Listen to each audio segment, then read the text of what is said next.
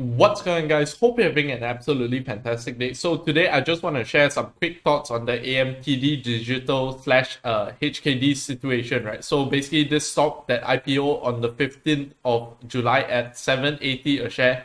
Basically it went up to like a 2,500, I think it was the peak. So you can't see it here, but if I just, yeah, 5 days, 2,555. So that's like a 200x in just like a matter of a month, right? So what ended up happening here was basically they wanted to reenact GameStop 2.0. So let's just read through this article, right? So just how much is AMTD digital stock traded under the ticker symbol HKD up since its July 15 IPO? So the answer is 14,000%, right? Which is 140x, right? But if you look at the intraday high, it was basically 200x, right? And that's really crazy returns, right? And a lot of people on Reddit or Facebook are really stoking this fire, right? So let's just continue taking a look at this article, and then I'll give you some of my thoughts, right? Put differently, if you were able to get one share at 780 and sold it at Wednesday's closing price of 1,110, you would have made a gain of 1,092. So put in 780 and you get up 1,092, right? So that's insane, right? So if you do want up-to-date news, I know I'm a bit late on this news, right? But I wanted to make the video yesterday, just didn't have time, right?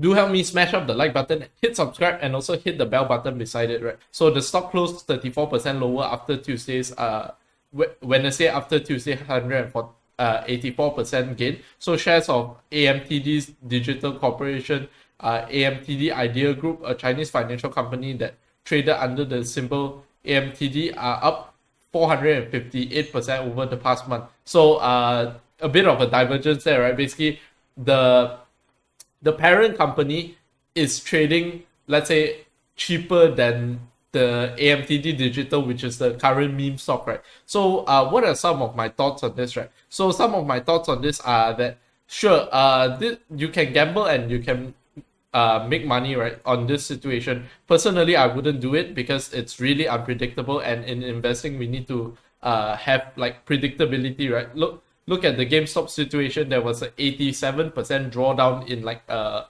month, right? Basically 20 days, right? But then it bounced back from negative 87% to like, so this is like a 5x. So some people might want to play this bounces, right? So nothing wrong with that. If you think you're competent enough, obviously you can do it. Obviously there is intelligent speculating, which is if you think you're smart enough, you can catch all these bounces and make 5 times your money. Kudos to you, right? If you can do it, right? But if you take a look at the 5-day, you can really see that, this is like incredibly volatile, right? And so another thing I really want to talk about is that I don't think we've seen the bottom of the market, right? Because there is still all of these things happening, right? And usually at the bottom of the market, everyone has so little money that they wouldn't be gambling money like this, right? So if you just take a look at the 1-day chart, right, it's down 34%. At one point, it was down about 50%, right? So down 50% in a day, can you really understand like this moves, right? And also it was up like 100% in 1 day, right? So really think about like the irrational exuberance happening here. So this is a company with $50 million in revenue, trading at 109 billion market cap. And at one point, yesterday, it was trading at about, I think it was a $280 billion market cap, right? So that's obviously pretty insane, right? Even surpassing the craziness of the Rivian situation, right? Which Rivian, I think, traded at somewhere at maybe 200 billion before the whole bubble popped and everything collapsed, right? And if we take a look at Rivian stock, right, let me just pull that up. So if we take a look at Rivian stock today, it's a 32 billion market cap, and if you take a look at the 1 year, so it's down 80%, right? So I wouldn't say all of it is attributed to it being a bubble or what, because obviously a lot of stocks have been dealt a very bad hand this year, right? But obviously a lot of the 80% comes from the fact that it went so high, like up to something that the fundamental value could not justify, right? And the same thing is happening here, right? Basically, $50 million in revenue, 109 billion in market cap. You do the math, right?